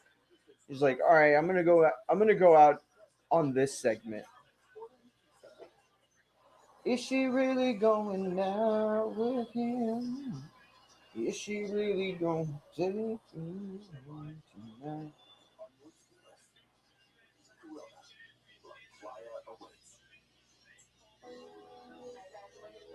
Oh, I forgot to tell y'all, dude. I'm gonna do it. So, I'll explain what I'm gonna do. Um, okay, so for those that have watched my show long enough, you know that I started out in this game as a boxing and MMA journalist, and I've covered boxing and MMA for about almost 12 years now. and worked for a bunch of places. I maintain a decent relationship with a lot of people still today. I'm a good worker, I'm smart, and at the end of the day, I think people see value in a relationship with me, whether it's like loyalty or whatever. I think people just know that at the end of the day, they can come to me and have an honest conversation, right? Like you don't have to pay me to talk about, like, especially with somebody, my friend, which I've made a lot of friends in the business, right? That said, though, in wrestling, I know virtually no one, right? I mean, I have a few like writer friends and a few people that I know that work at like, pretty significant publications, but like I don't have sources or anything like that. And it sucks because in boxing and MMA, the way that I made sources was by covering fights, right? When I met James Kirkland, it was because everybody was afraid to come up to him at some fight in San Antonio. Oh, it was Sergio Mora's fight with, I don't remember who. Somebody he had a rematch with. Anyway, I was covering that fight for the Boxing Voice, and I saw James Kirkland there and sit down. Everybody's saying, "Oh my God, that's Kirkland! Oh my God, he hadn't fought Canelo yet, right? I think he was actually still undefeated, if I'm not mistaken. No, he wasn't. I think he had lost. I don't remember. Yeah, he had just been upset actually, and there were a lot of rumors about James Kirkland at this time. I'm not going to go into them. I'm not going to go into them because they're not unfounded, right? And if you know, you know. It's actually really sad to talk about. But that said, I went up to him, and that led to me meeting Cameron Duncan. It was separate issues. They didn't work together. I was just the same. That's ended up sparking a situation where I would meet Cameron Duncan and Bob Arum after that, Mikey Garcia, and it just rolled, some people I met, didn't really extend a friendship. Some people extended, or not a friendship, didn't extend like a professional courtesy of any kind, which I'm never owed. I never thought I was owed. This never made me think like, oh, so-and-so's a dick because he never, whatever, not at all. But some people did. Some people did offer, hey man, you ever need anything? Here's my email. You ever need anything? Blah, blah, blah, right? How do you do that in wrestling? How do you make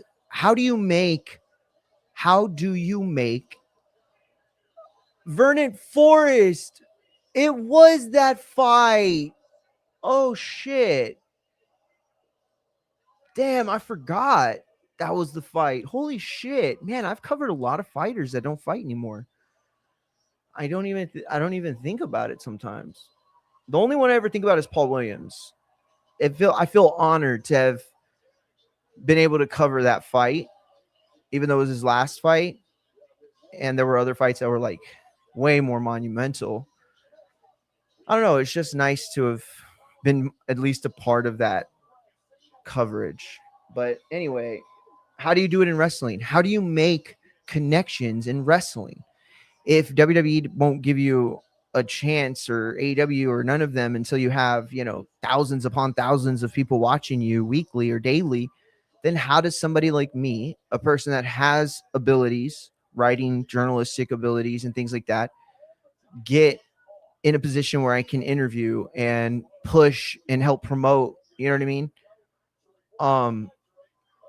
And so then it hit me. I said, oh shit, there's one source, not source. There's one connection that I do have. I'm going to call it in. Everybody's going to tell me it's a bad idea. Everybody's going to tell me not to, but I'm going to call it in. If I can get this person to help me out, then I can start covering, I think, or at least having access to. I don't mind buying a ticket. I don't care to buy a ticket. I don't care, because I'm going to support the IWC. I'm going to support the independents. I'm going to support the indies. These are people who, they don't make a shit ton of money. They're just trying to hustle their hustle. And I cover this sport, and I feel like you owe it to these guys a lot of times, right? Like, you have no idea. Like, we've sponsored secretly so many different fighters over the years throughout the Boxing Voice, us independently doing it. And some of you are gonna, if you know the Boxing Voice, some of you are gonna point to situations that were beneficial for both parties. I'm not talking about that. I'm talking about situations where a check was just written to a fighter to help them get through camp, and never asked to put our names or promotion, or brands or anything. It was just, you need help and you deserve it. You deserve that help. And again, we cover this sport. It's like, we can't forget what, like, the people that we cover. This was a stupid ending because the match was so good.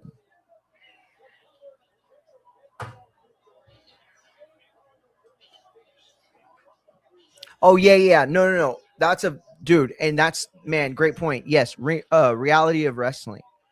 Reality of wrestling is a place where, there are a lot of independent guys that get booked. I'm going to start making those shows 100%. It's a 3-hour drive. Like, it's not much.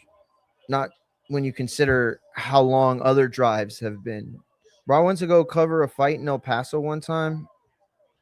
It was like a 9.5-hour drive. No bullshit. Actually, it was 12 hours, but that was like not on the road time, you know? But yeah. And then I took the bus to Houston.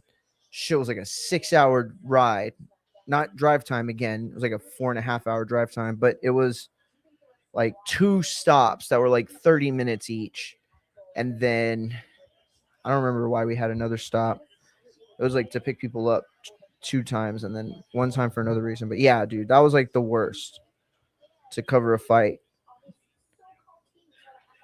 I've driven, I covered a fight in San Antonio one time at Cowboys Dance Hall. There was a fight there. That was the night I met Tim Duncan. And the Charlos asked us where was the best taco spot in San Antonio. And my friend thought he was talking about food. Uh And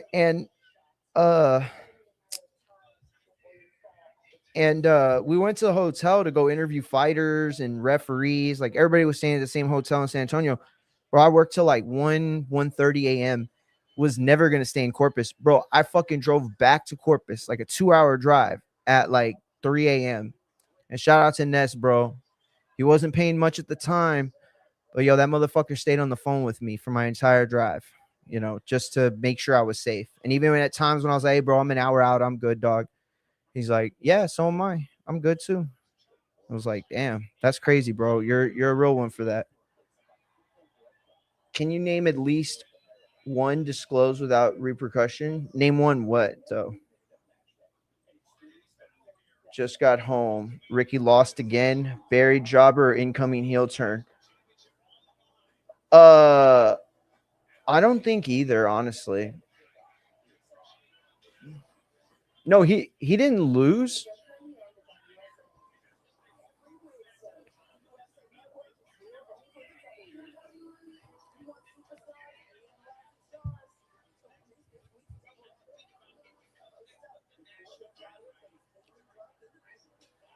Ooh, yikes, bro.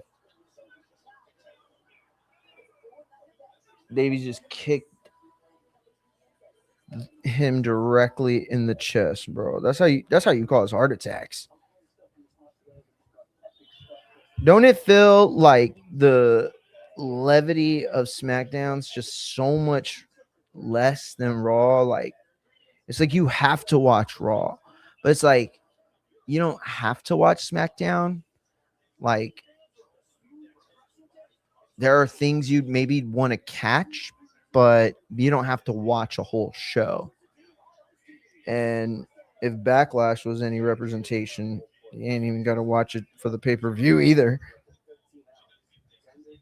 You know what I think, though, too? WWE didn't do themselves any favors by making like so much of the beginning of the year about like the Europe tour, and like, Clash in Paris is always a thing, but ultimately, like, there's never a situation where the product feels so much like it feels so far from home right now. Um, and I don't even really know why that is, because it's not like they're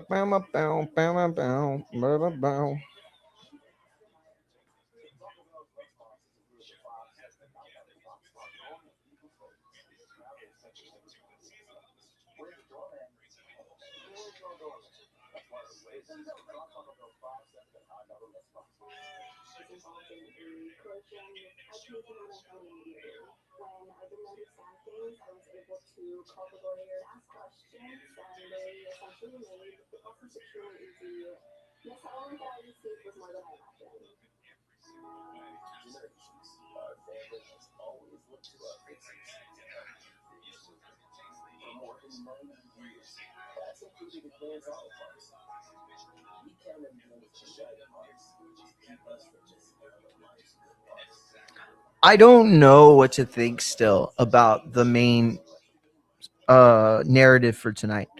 So the main narrative for tonight is that there was a contract signing between two wrestlers that have already been promoted for the show Clash in Paris. And somehow Royce Keys was able to answer that call despite his name being nowhere near that list. Also, despite the fact that if you were to go on like record and you know like who is in line for title shots, I mean he's like somewhere close to dead last.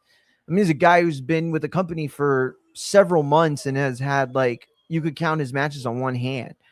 I don't think that it's a bad um I don't think it's a bad booking to have a number one contender match, even if Gunther is the solidified guy you're going to go with.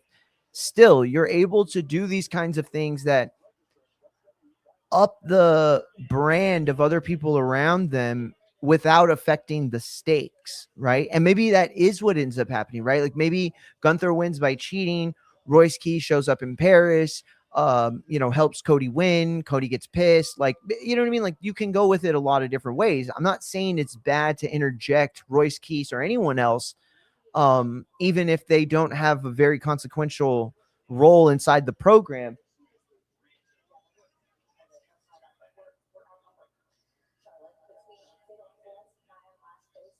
And also this is weird, bro. So Rhea's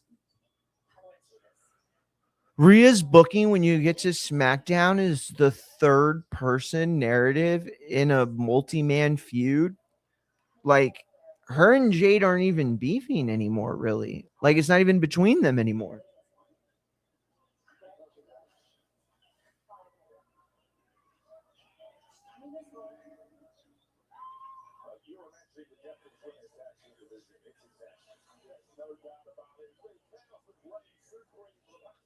I mean, I guess where do you go from here? Rhea joins, ends up being the reason they lose a match, or hitting Liv or even Flair by accident to cost them the match. And then you go Rhea Flair. I don't think you go Rhea Bliss. Yo, it's crazy to do in arena recaps of shows that feature stars that aren't booked for the show.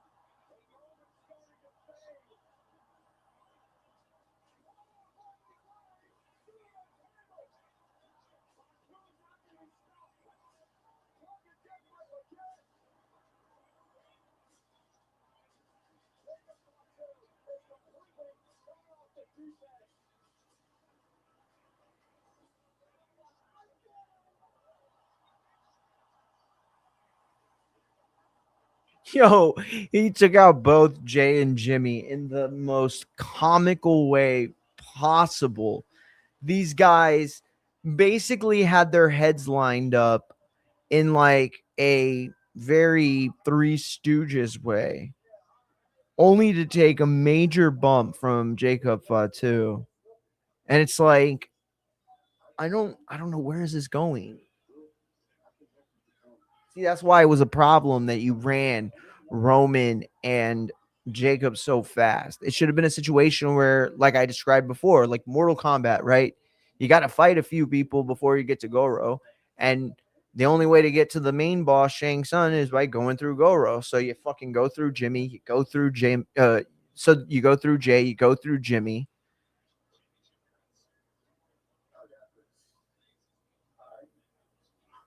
And I even like this interactive aspect to SmackDown where Royce Keys has had moments with Solo.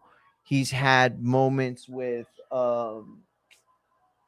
Jacob Fatu, um, about to face Gunther, right? Trying to challenge Cody for the title. It works in a lot of ways.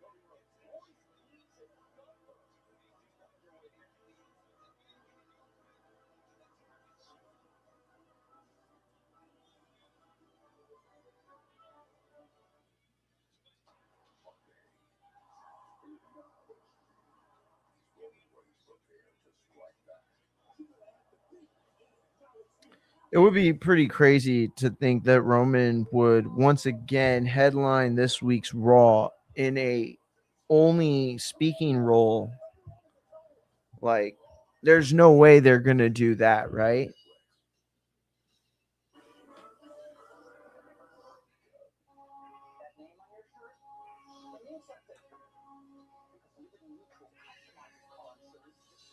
Mark Davies retains the title. Did TBV secretly help Edwin Rodriguez back in the day? Ooh. I'm not gonna say on air, champ, but yo, I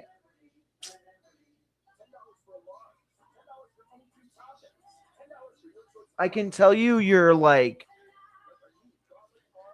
so in the realm of every aspect of that. The time that you're referencing, the era of you're referencing, the division, you're everything. So, bravo to you, sir. Very, very, very like hardcore minded, deep cut type stuff. Yo, I'm sorry. This Owen Hart Forbidden Door tournament is sick. Bandito and Swerve is gonna be a amazing match. Double or nothing.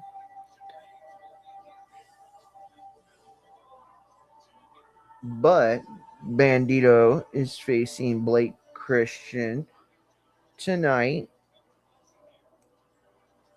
Either way, that's going to be a good match. Title or no title, it doesn't matter.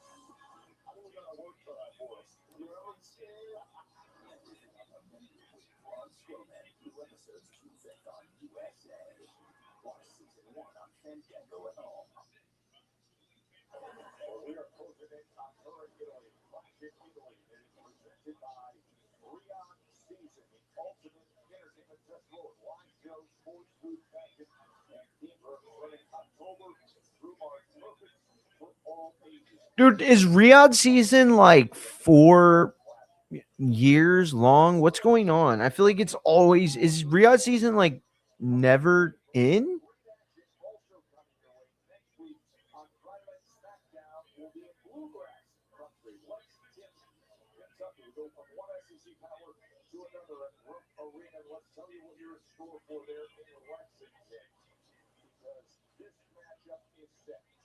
Tala Tonga and Shinsuke? Why?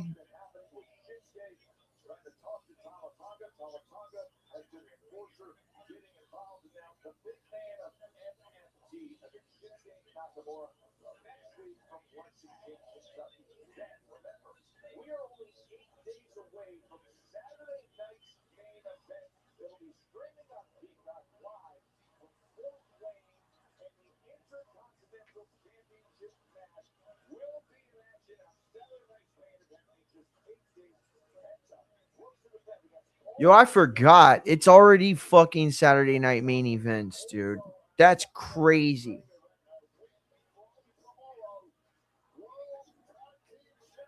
What do y'all think? Street Profits get it over the Vision? I mean, I don't know. It's weird because I don't think that the WWE wants to take the belt off of Logan. You know, the guys got it on every episode of Impulsive. The guys got it on every single episode of you know, Logan's got this thing everywhere that he goes. You know, he was the best representative of the US title in terms of actually repping it, right? Like he had it everywhere. And now the tag title, which has gone, you know, mostly forgotten, sadly, after an era of SmackDown that seemed to revitalize the tag division in a way that we hadn't seen in years.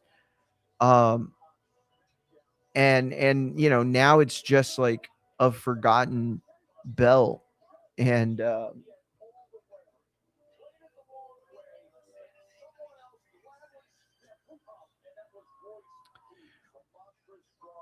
I don't think they want to take the belt off of them, but this would be an excellent place for the Street Profits to get over, I think.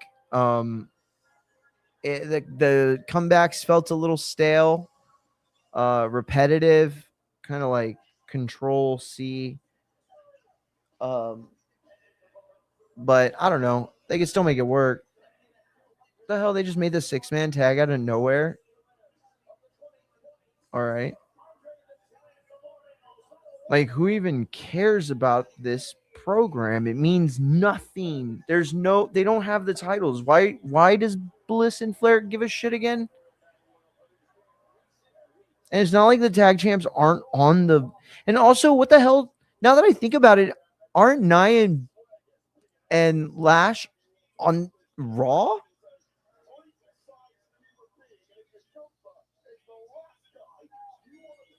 There's no way Royce Keys wins this, right?